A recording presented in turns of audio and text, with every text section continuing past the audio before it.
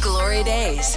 The best of Morning Glory with PJ and Jim on Radio Nova. With insuremycars.ie. Get low prices and save on your car insurance today at insuremycars.ie. There you go. How's it going today? What you gonna do? Friday morning and everything. Yeah. We're gonna have to, I wish we could video you do. Although I suppose if you've seen the Friday feature, you hitting the microphone. I know it buzz. But it's just it's like it takes you. It's like it's kind of like it's like a misbehaving dog or something. Sometimes it's become personal with you. It's you like and it. A fella with a puppet, you know that way, and he causes the problem and then he hits the puppet. It's a bit like that, yeah. Anyway. There we go, the sun is out, look at this. I tell you something, I've been trying to behave myself food-wise and everything, but the sun comes out, and sure, that can go and be farting in its own trousers. I've been licking ice cream off the ground and everything the last week. Have you? Taking lollipops out of my pocket and having great crack. It's been deadly. There's something about the sunshine, you don't want to hold back anymore. Yeah. I even had a beamish in the sun. Most inappropriate liquid ice cream of all time to have in the sunshine, but it was, I regretted it. But it was great. You regretted it? I did, yeah. Should have been a Smittix. I don't know why it changed. Yeah, I don't know why. I think there was the 30 cent in the difference or something. It was you thought, no, I'd rather not enjoy this than pay 30 cent less. Yeah. Pay the 30 cent and then actually enjoy something I like. I'd rather be a self-satisfied arse, yeah. As you know, I'm quite good at doing that. But because it hasn't been warm, in fairness. I get that, well, no, to be fair, if you're in direct sun, it's nice. It's grand. It's nice. It's just you live at an altitude where most people can't breathe. The air gets thin. That's why everybody in Roundwood, when they go upstairs, they're out of breath. The air's so fucking thin that it's like the space station. Yeah, it's like the space station. You have to be careful. You have to put your mask on at the bottom of the stairs, because when you get to the top of the stairs, you're actually outside. That fucking thing that keeps the sun's rays away. What do you call that? The ozone. The ozone layer. That's why Jim is. They should get the Irish football team to train in Roundwood. Be like Ecuador. Remember years ago in Ecuador, they got their altitude training. They got them to train. They built a pitch on the top of a mountain. Do you remember that? And they used to train before the World Cup because their lung capacity would be so much higher. They could come up and they could play for Antolker GAA or Roundwood AFC or whatever, you know what I mean? On the pitches there. Yeah, although they go off and win the World Cup. It backfired though, wouldn't it? You go up in Roundwood and you come down and all this, you'd be able to eat 3 more Easter eggs than you were. The lung capacity would be the same. Yeah. And it's shocking as well that this spell of good weather has coincided with. It's been a tough week for us, hasn't it? You've been exhausted. Shite, yeah. Sure, geez, you're standing there, you're virtually asleep. Oh yeah. You're virtually asleep as it is. Oh my God, yeah. Oh jeez, the children. I don't want to be giving out about my children, but jeez, I hate them.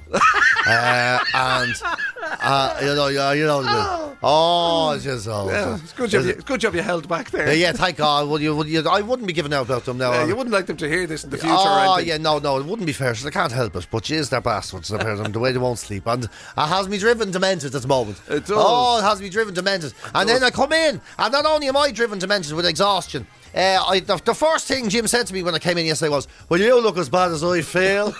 And there was snot running down his face. There was not. It was all over his t-shirt. No, there was not. Excuse me, I suffered in silence. He had saliva strings attached to his crotch and everything. From the dribbling and the ribbling and all. Show something. I am convinced, right? And this is a hill I would die on, and I may well die.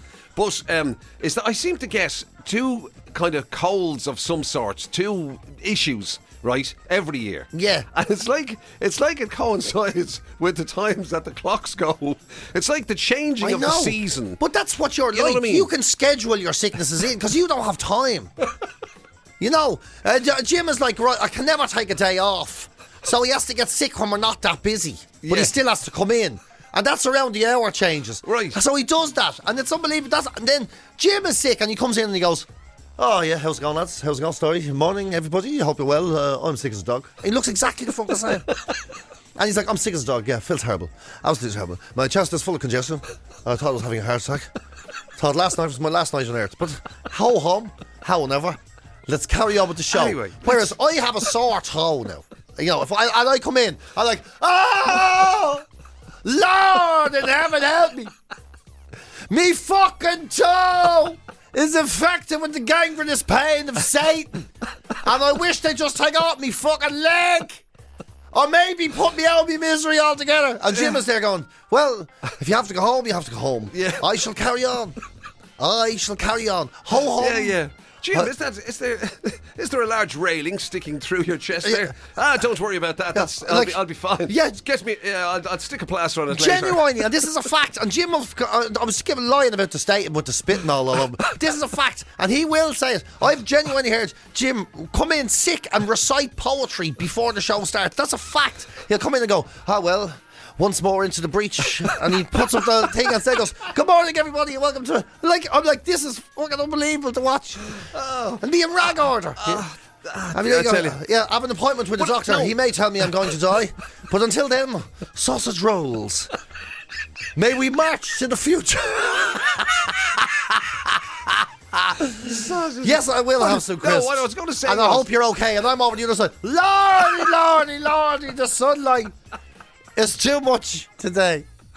Because what I was actually going to say was, I think I could turn myself into one of those. You know the way there's all those mad things that people judge the weather by? Yes. Like in America, they have the yoke that goes out and sees its own shadow, or in Donegal, there's a cow that does something, or there's whatever, there's swallows all these things, upside and down, St. or some Swithin's Day and all these things. Yeah, I think I could become one of them. I could become part of Irish folklore. Yeah, that says, "Oh, see, Jim McCabe has the lurgy again. Going to be a good summer." Yeah, to be there going, "Oh, the hour went back." When the hour goes back, if Jim's okay, we're fucked for the winter.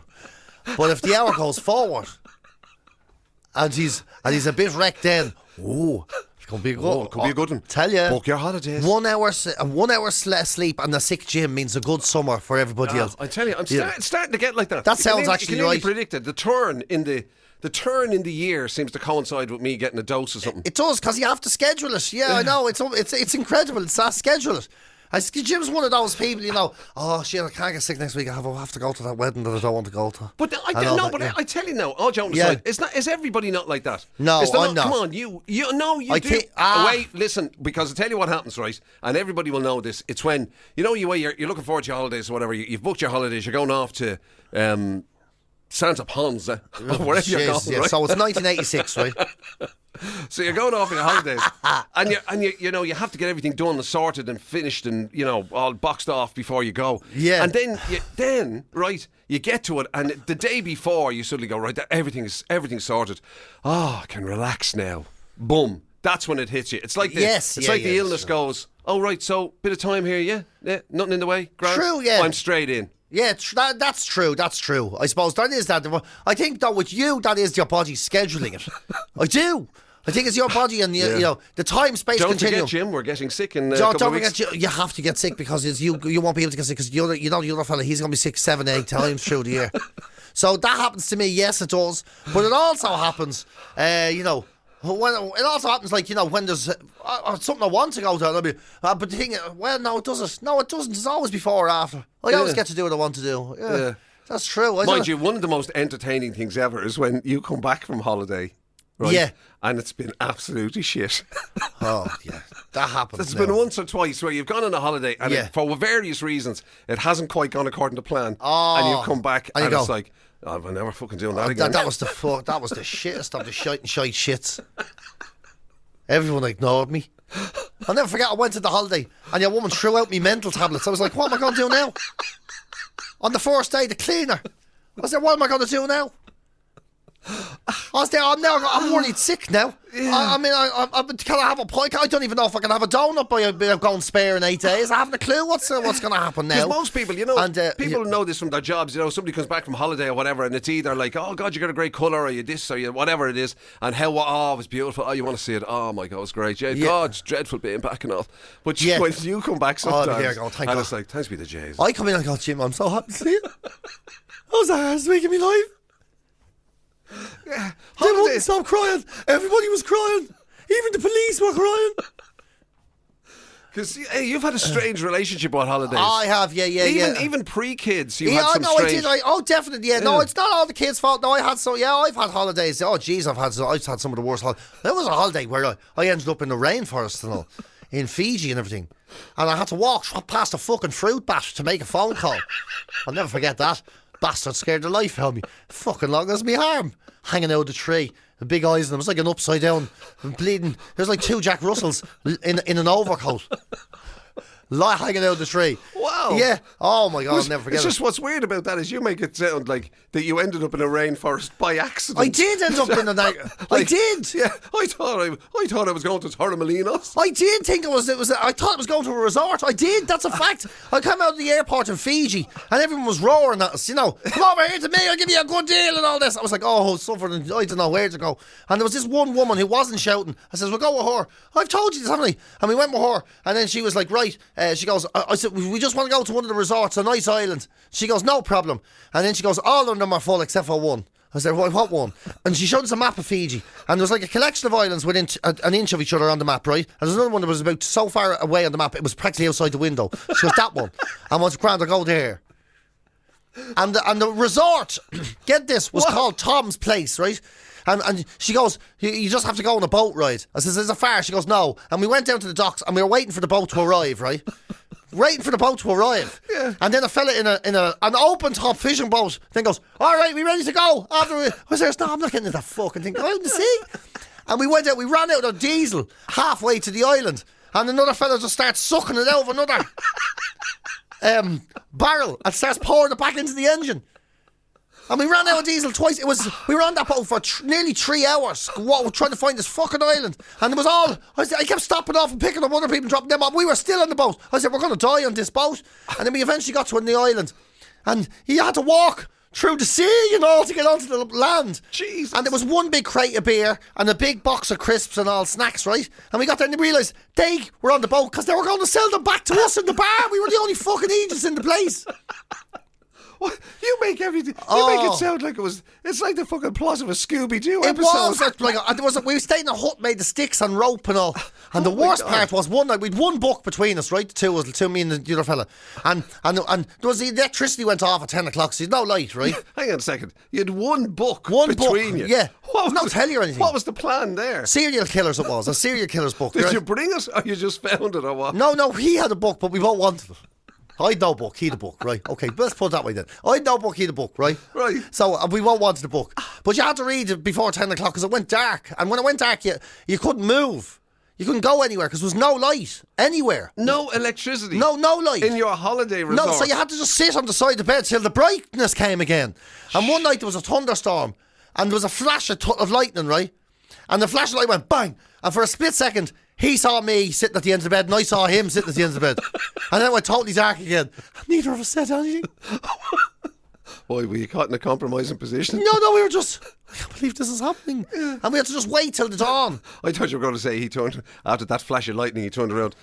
I got 3 more words read there. He goes, I'm the lad in chapter 3. Yeah. Oh, man. I was unreal. And then we went to talk to the fellas. Just out of curiosity now, I'm assuming that's one of those, sure, let's see where the plane takes us job, is it? Yeah, it was a I bit assume like you that, didn't sit in Marino in your gaff going, why no. don't we go to that one? Yeah, no, it wasn't. No, we didn't really plan the trip or anything. Yeah. That was kind of the end of adventure holidays for me. I'll be honest.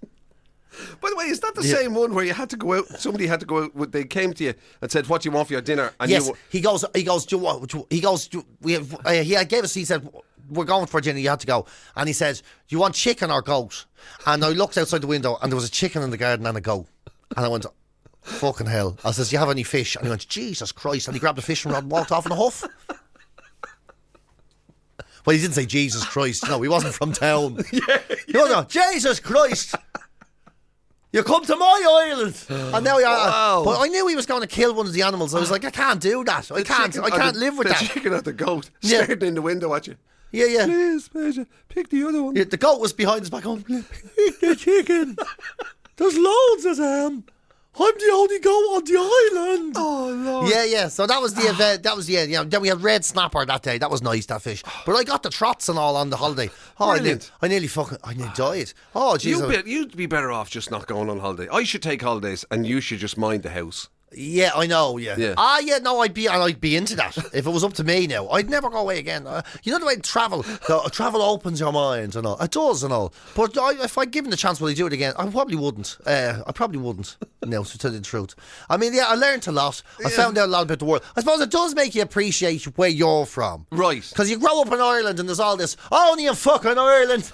I tell you something, I wouldn't get that now. in Benidorm, or you wouldn't get that, the Canadians, they wouldn't put up with that, or the Americans, they take out, they fucking shoot you for that shit. But in Ireland, you just get ridden by these bastards, and you think, and you believe, and then you go around the world and you go, actually, I know it's not perfect, but compared to the rest of the world, we actually... Yeah.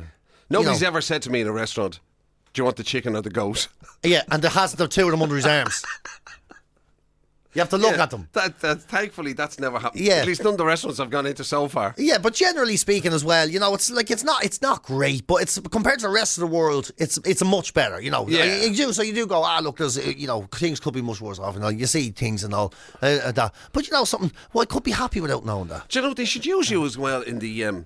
Because this has come become part of your personality. The guru thing, the guru, right thing, and all this about lower your standards, lower your dreams, all that kind of stuff. They should use you in the Irish tourism kind of campaigns, just to tell everybody about how shit the rest of the word is. Yeah. Well, I'll tell you, I wouldn't be leaving Ireland if I was you. Imagine that'd be my campaign. 3 hours and we were sucking diesel. If you think it's bad here, that's the thing. ...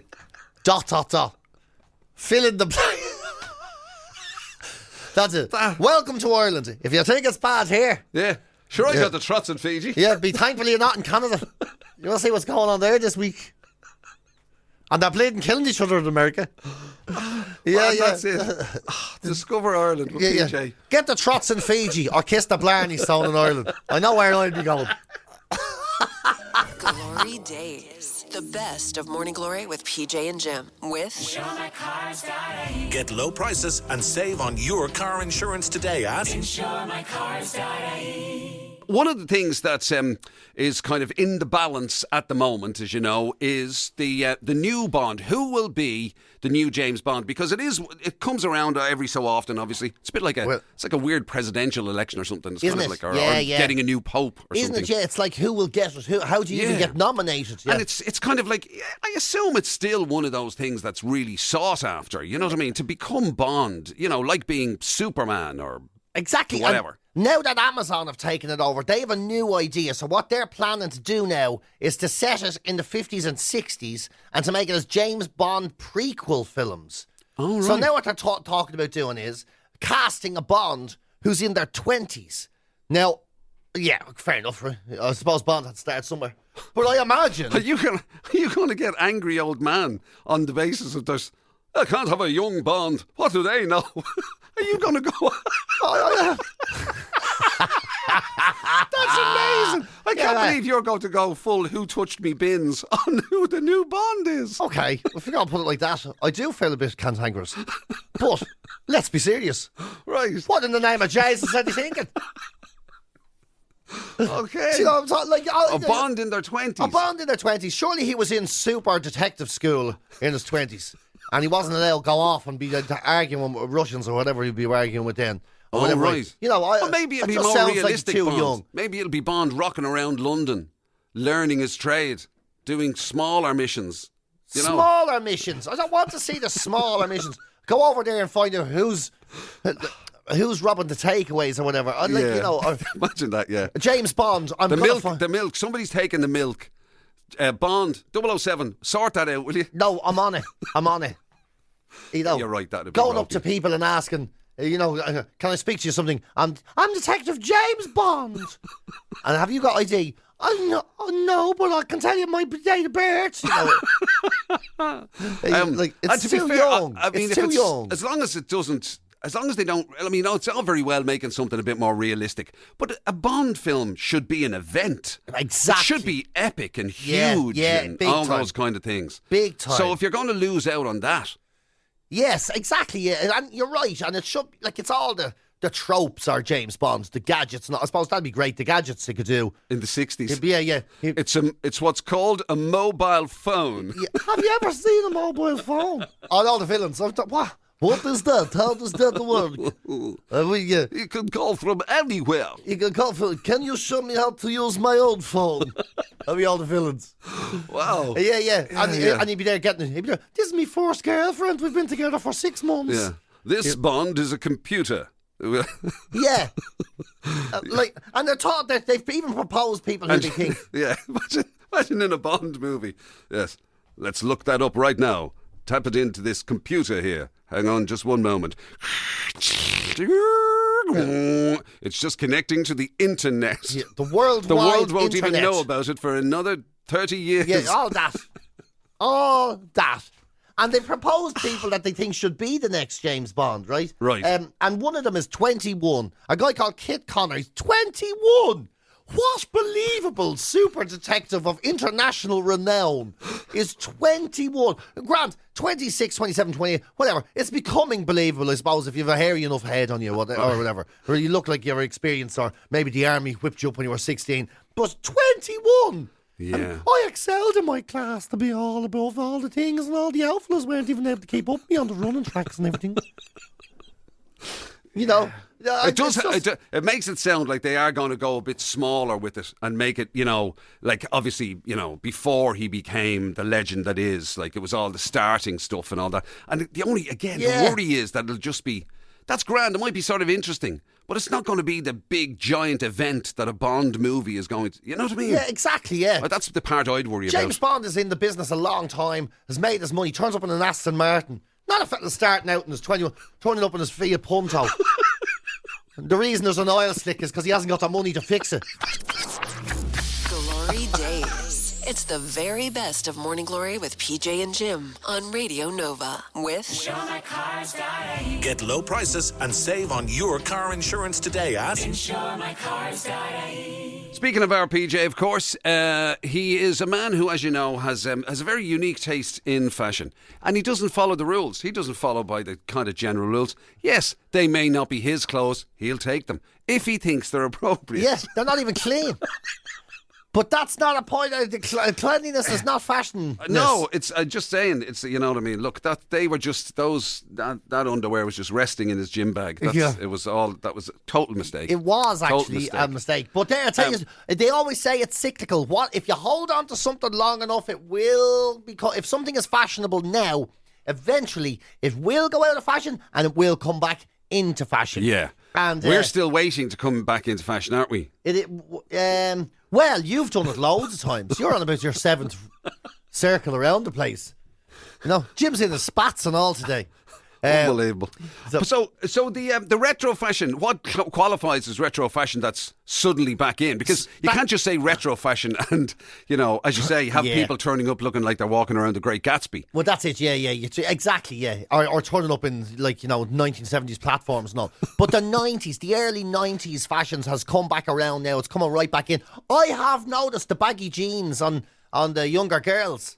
You know that sort of, remember the sort of the buffalo shoes and baggy jeans? You're not supposed to be looking at young girls. No, in the fashionable sense, you dirty old fecker. And they're walking around with the baggy jeans. The wide-legged jeans and the big bottoms and all on them. Yeah, I've noticed them. And I was like, wow. Big bottoms. Well, no, you're turning into Father Ted now. Bottoms. Sorry, they all have lovely bottoms. They do, though. But I'm talking about the bell bottom. The bell bottom. Yeah, I know. I think, yeah, I've noticed that with the jeans, all right. Yeah, and that's... Don't know how I feel about it, like if it becomes like a...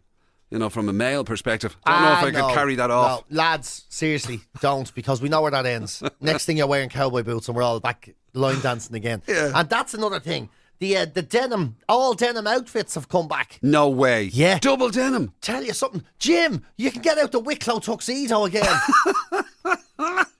You'll be It's a Canadian tuxedo. I don't know. It's the roundwood tuxedo. You put it on, the leather or the leather. And that is the thing in Wicklow. It's the Canadian tuxedo.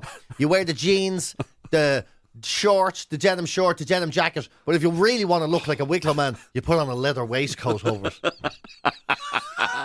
And hang some keys off your belt. Wow. That's the way to do it. I don't know how I feel about double denim. I like it. It's like, okay, I like it. You do remember that back in the day, the denim jacket and denim jeans thing. Yeah. And you do remember when that was cool. Oh, especially, actually, do you know, like the kind of early Aslan look? Do you remember that? It was like the denim jacket, the denim jeans, and the leather biker jacket over the denim jacket. That was right. That was and then great. the white t-shirt. That was a great look. Very cool. Honestly, looking. that was a great look. Yeah. It was a great look for some people. That was one of those you'd see a Levi's ad, and you'd see a lad like that, and he'd have the 50s hair, and you were like, oh my God, that's amazing, you know? Yeah, you're right. What was your man's name that took his... took his cacks off and he washes them in the laundrette and all that, and it was like Nick Cayman. Nick Cayman. I think you're right, yeah. Right. And then you saw lads walking around Dublin and all, and you were like, you know, And the jeans, you knew they got them off their big brother. And there's a belt buckle with, with something written on it that shouldn't be written on it or whatever like that. And low-rise jeans are coming back. Do you remember the low-rise jeans? What do you mean, do I remember them? All of my jeans end up being low-rise. They're not meant to be. Unfortunately, my stomach pushes them down and they end up lower than they're probably meant to be. Yeah, that's like I have a fold-up T-shirt now.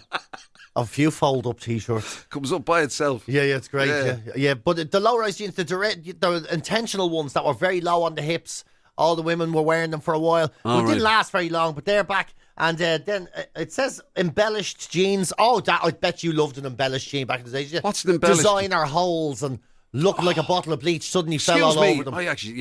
I'm glad I kept them now. I actually have holy jeans. Of course you do. Yeah. You can see him, can't you? Jim with his I didn't realise iridium sunglasses and his holy jeans, as he calls them. I didn't even realise that the old holy jeans had gone out of fashion. Oh, long gone. Long gone. You may as well be wearing tinfoil leggings as walking around in holy jeans. Well, they're coming back, so the joke's on you. Yes, it is. I guess it is. I thought embellished jeans. I thought you were going to say that those jeans. Remember, you see them primarily women, in fairness, and they'd be like embroidery on them or something. Like stuff embroidered on them. Yeah, I do remember them. Be like a crown or something on the back, on your bum, like an embroidered crown on your bum. Wow. It was like the height of fashion, you know what I mean? Right. Because that's what the Queen would do. She'd wear a crown embroidered on her bum. Is there anything that we're likely to wear other than did you ever rock the double denim? I did, yeah. I did, shamefully so, yeah. In my metal days. It was hard to know because were you in your what days? In my metal days, Iron Maiden back. That you bounced around them. I thought you were into madness and... I try all types of things. Oh, I tried to be a heavy metaler for a while, right? And I tried it. I got the runners and all, right? I had the white runners, which were obviously, my case, not white for very long. The stonewashed jeans. White runners? That was a heavy metal thing. Yeah, it was. I don't remember that one. Oh, yeah. And then the stonewashed jeans and the denim shirt, the Iron Maiden, and the denim jacket with the Iron Maiden patch in the back. And I thought, now I'll grow me hair. And because my hair's so curly, I grew a beard on the back of my head. So it just kept going out and never went down. Looking more like a country music fan, did you? I ended up looking like if Luke Kelly put a ninja mask on. Wow, do you know what I mean? That's so surreal. I can't even imagine it. Yeah, it was mad looking. Yeah, wow. Mad looking. And then, of course, the big chunky belts are coming back. Do you remember the big chunky belts? Yeah, they're coming back as well. Very good. Yeah. What are you laughing at me for now? Somebody sent you a text message. You're giggling at me. Just Mark said to the WhatsApp there, just when you were describing that outfit, and he says, "God, Jim, I thought," he said, "back in my mental days." So that was only a week ago. GloryDaze, the best of Morning Glory with PJ and Jim. With Get low prices and save on your car insurance today at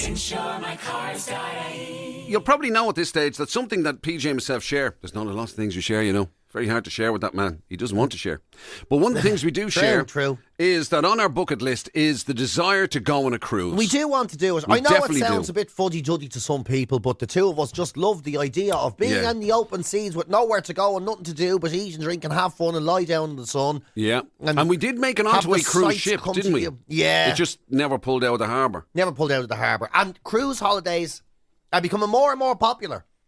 So one of the cruise companies is sort of saying, listen, here's some things to look out for. Because, sometimes you don't know the way things go and you make a complaint and it backfires because it turns out you're just a bit of an idiot as well on top of it all. Right. So one woman, she said, she complained because she goes, I've been on this cruise now for a week and I haven't even seen Gary Barlow once yet. And they were like, what are you talking about? And she was like, Gary Barlow or any other celebrities for that matter. And they were wondering what she was saying, but on their website it says people have stayed on this. Gary Barlow has been on the ship, and they listed a bunch of other celebrities that have been on the ship in the past. And she was like, so they don't just live on the boat? She's going, no, they don't live on the boat. Oh my God Almighty! Yeah, she's gobsmacked. I thought you were literally going to say that, because the name of the cruise company was Celebrity Cruises or something, that she thought it would be populated by them. You might be onto something there, but it was whatever it was. She goes, I haven't seen Gary Barlow and they were like, no, he doesn't. And they was, well, is he coming? She goes, they're like, no, he's not coming. He's nothing to do with it. Brilliant. And one man went on an Alaskan cruise and he wanted his money back because he says it was freezing when he went out on the deck. He goes, cruises are supposed to be sunny.